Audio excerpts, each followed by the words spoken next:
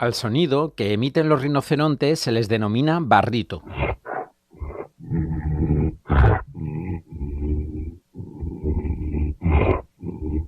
Es un gruñido profundo que se convierte en un bufido atronador cuando está enfadado. Y se dice de los rinocerontes que se enfadan con facilidad. Los rinocerontes pueden llegar a medir 2 metros de alto y más de 5 de largo. En su edad adulta pueden superar las 3 toneladas de peso.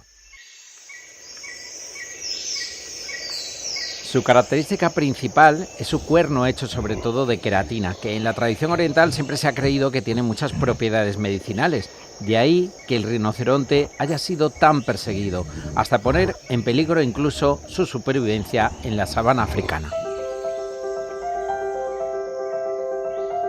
Para evitar que el rinoceronte desapareciera, en los años 60 y 70 empezaron a impulsarse programas de recuperación de la especie en cautividad y por eso su presencia se hizo habitual en muchos zoológicos. El 16 de mayo de 1972 llegó al muelle de la Zona Franca un buque procedente de Sudáfrica. Llevaba a bordo 15 rinocerontes. El barrito de los rinocerontes que iban a ser llevados a un zoo de San Roque. Para entonces, la Zona Franca se había convertido en un ir y venir de mercancías de todo tipo. Tras ganar terreno al mar, tras inaugurarse sus instalaciones, a pleno rendimiento sus muelles, la Zona Franca había sido capaz de transformarse y acoger en sus dársenas situaciones tan singulares como la llegada de unos rinocerontes.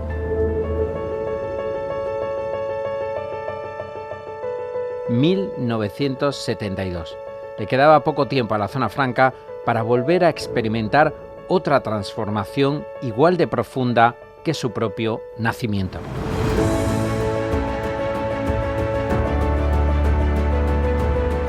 Con el mar por delante. 95 años de la Zona Franca de Cádiz. Un podcast de Radio Cádiz y el Consorcio de la Zona Franca de Cádiz. Episodio 5. Transformar.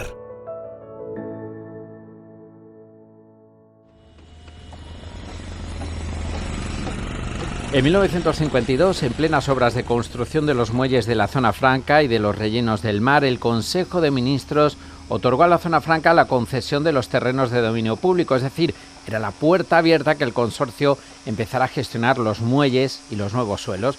Fue un año después, en 1953, cuando se inauguró, entre fanfarrias y algarabía, el muelle de Poniente.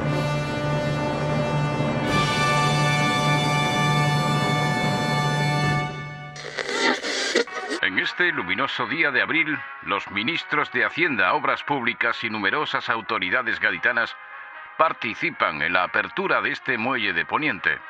Muelle que se estrena con la llegada de los destructores Churruca y Alcalá Galiano. Se puede decir que a partir del 52-53 la Zona Franca intenta ya empezar a traer instalación de empresa en su interior, en su recinto fiscal. Como ya contamos, la Zona Franca arrancó su actividad portuaria con el atraque del Atlantic Victory, un barco que traía mucho material para construir la base de Rota de uso conjunto hispano-estadounidense. Era el 17 de diciembre de 1954, cuando ese barco, el primer mercante que llegaba a la Zona Franca, atracó en Cádiz. Mientras el muelle de Poniente funcionaba, se terminaba el de Ribera y el dique de Levante. Se construye lo que es el muelle de Poniente, pero se sigue construyendo porque después se construye el muelle de Ribera y después se sigue avanzando, digamos, para lo que es San Fernando, ¿vale? Lo que después va a ser el puente Carranza para esa zona. Llegaban los barcos, pero hubo que esperar algunos años a que se instalara dentro del recinto fiscal, aquel que tenía ventajas aduaneras y beneficios fiscales, las empresas privadas. La primera en llegar y funcionar fue Factorías Oleícolas Industriales, FOISA, dedicada al almacenamiento de cereales. Era 1958. Francisco Franco ha inaugurado esta mañana la importante central térmica de la Zona Franca de Cádiz, un hito en el desarrollo industrial de nuestro país, con la presencia de destacadas personalidades La central térmica de la zona franca de Cádiz, con su moderna tecnología y capacidad de generación eléctrica, se erige como un símbolo del avance y la prosperidad que el gobierno de Franco está llevando a todo el país. Este logro es fruto del esfuerzo y la dedicación de los trabajadores y técnicos que han hecho posible su construcción en tiempo récord. Francisco Franco fue el encargado de inaugurar oficialmente la central térmica de Cádiz. Era 1961, aunque esa central había empezado a funcionar algunos años antes.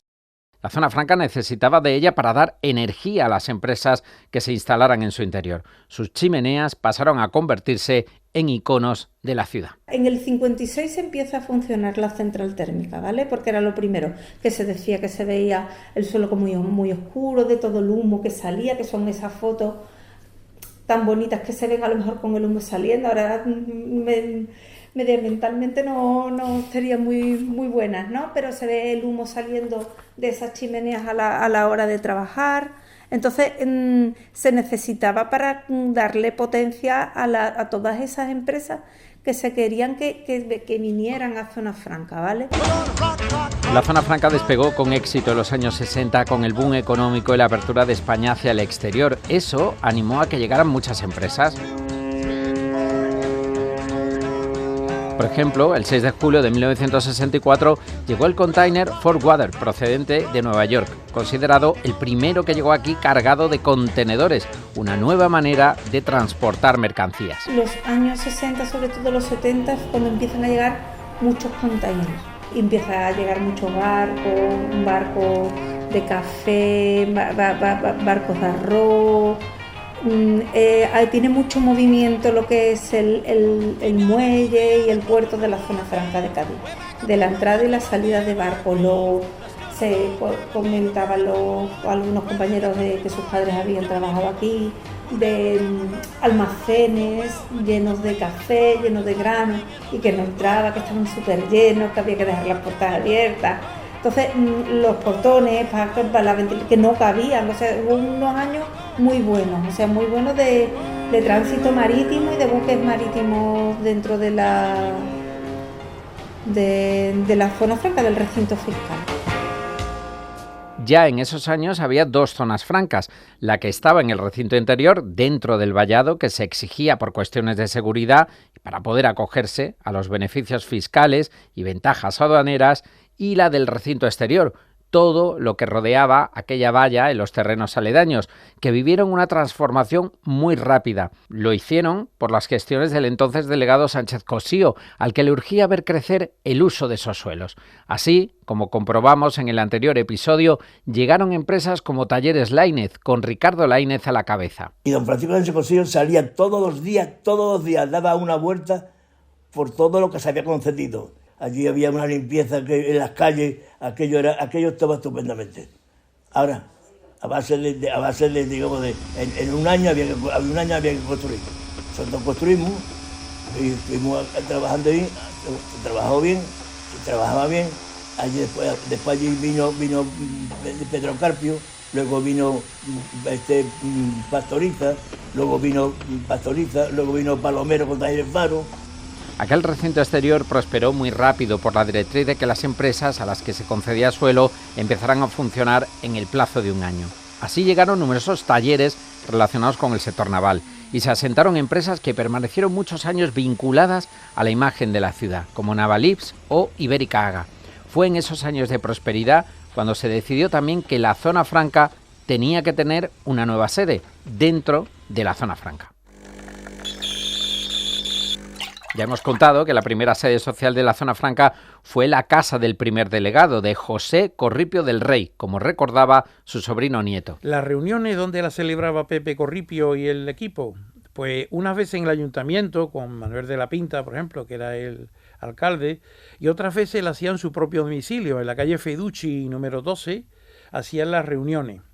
Y como curiosidad os diré que en uno de los documentos que he consultado, Pepe tuvo que pedir una mesa y una máquina de escribir, o sea, esto nos puede hacer cargo de la deficiencia que tenía en todo digamos, oficina, porque oficina no tenían, pero bueno, por llamarlo de alguna manera. Después la sede social se marchó a unos locales municipales en la Plaza del Palillero, que después fue un cine, pero cuando empezó la construcción era muy incómodo tener una sede en el centro y las obras en la otra punta de la ciudad. Así que la siguiente sede fue acercándose. Se fue junto a las Puertas de Tierra en lo que después fue el Banco de España y finalmente se terminó construyendo la sede definitiva en los años 70. Señores primeros ministros, señor presidente del Consejo, señores presidentes de las instituciones comunitarias. En los 80 se produce este discurso histórico del rey, de adhesión a España a la Comunidad Económica Europea. Invitaros a que procedáis a dar testimonio del empeño que todos compartimos de ampliar las comunidades europeas y más allá de la voluntad común de construir una Europa unida, lo que constituye un objetivo que llena de esperanzas nuestro futuro.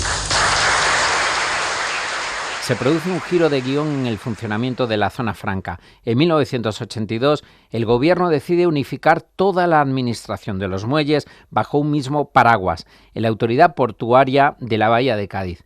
Eso significaba que el consorcio de la zona franca perdía su principal vía de ingreso. Todo eso que hemos hablado de la actividad, todo eso, de esos barcos que empiezan a llegar en los años 60, finales de los 60, 70, todos esos containers y esa actividad portuaria de la que hemos hablado, que llegaba con todo eso café y todo ese grano y todas esas cosas, la perdimos. Entonces Zona Franca tuvo que volver, otra piedra en el camino, tuvo que volver a reinventarse un poco. En este caso le toca a Juvencio Maestu como delegado.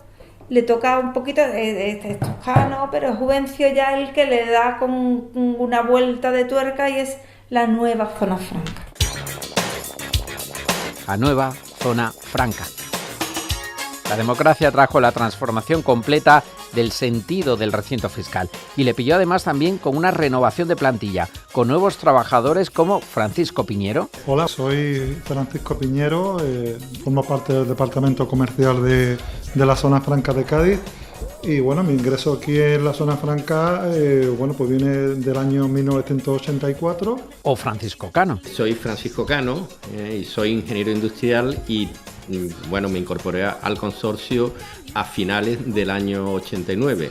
Pues ahí es donde partí. Se estaba todavía con la pena del puerto, pero ya se estaba pensando en cómo avanzar, ¿no? La pena del puerto a la que alude Francisco Cano fue el reto al que tuvo que enfrentarse el entonces delegado de la Zona Franca, Juvencio Maestu.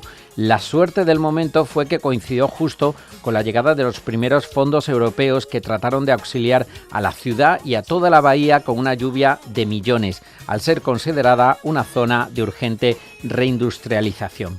El dinero fue usado en la Zona Franca para transformarse. De ser un ente que administraba mercancías venidas del mar, pasó a ser un suelo de oportunidades para la instalación de empresas.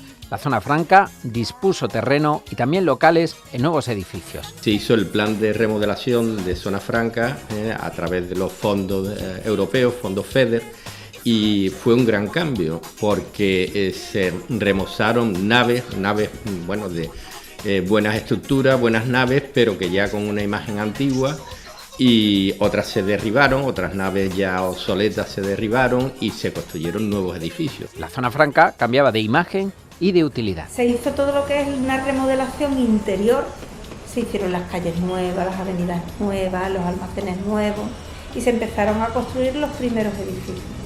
El edificio Atlas, los edificios Melca, que se llamó en principio el Show Center, y a partir de ahí Zona Franca empieza a mirar un poco más de cobertura a las empresas y ya no mirando tanto a lo que te entra de exportación e importación. La pérdida de la gestión de los muelles hizo que la Zona Franca dejara de ingresar casi la mitad de lo que venía haciendo. Por eso tuvo que buscarse otros negocios. Atrajo grandes empresas que hoy son referente, por ejemplo, Harinera Vilafranquina. Recuerdo que los ingresos perdidos podrían ser casi el 50%.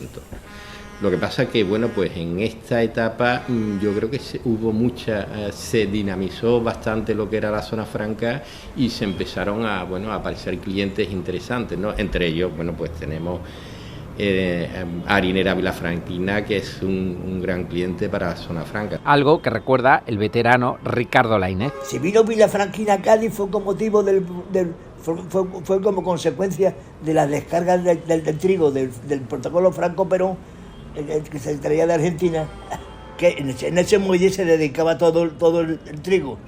Y entonces lo que pasa es que con motivo de eso, todo el trigo que entraba en aquella época de escasez en España, entraba por el protocolo Franco-Perón y entraba por ahí. Y Vilafranquina se dio cuenta de que era un sitio, digamos, de donde podía hacer la exportación del cuscús para exportar, pues en un sitio bueno, bueno, allí fue donde hizo esto. En los años 90 se activó el Plan Acción para impulsar la transformación completa de la zona franca.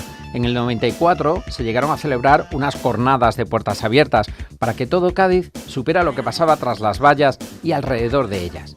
Se organizaron eventos para que se conociera en Cádiz la zona franca y la verdad fueron bastante curiosos y divertidos, ¿no?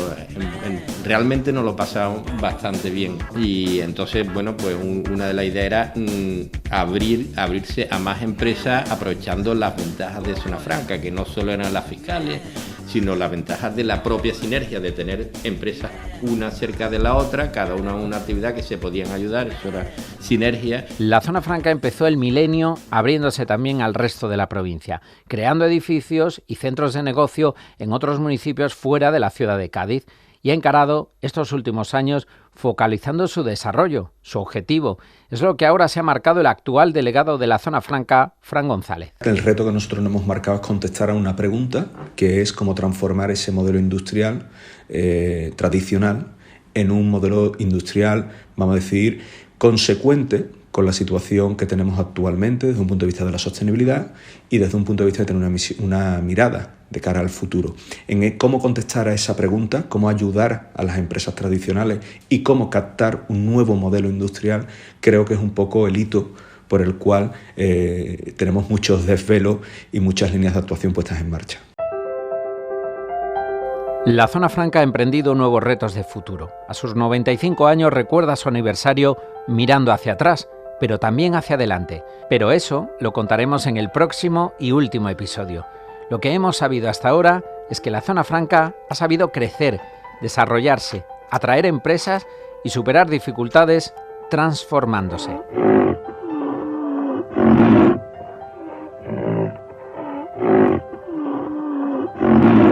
Una zona franca por la que han pasado granos de trigo, café, camiones, toneladas de comida, ropa, piezas de aviones y hasta rinocerontes.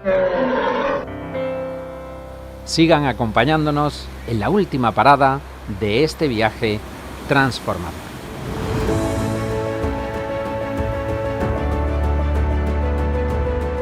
Con el mar por delante. Es una producción de Radio Cádiz de la cadena SER, con la colaboración del Consorcio de la Zona Franca de Cádiz. Dirección y guión Pedro Espinosa. Realización sonora Juan Muñoz con Virtualio Estudio. Con el mar por delante. 95 años de la Zona Franca de Cádiz.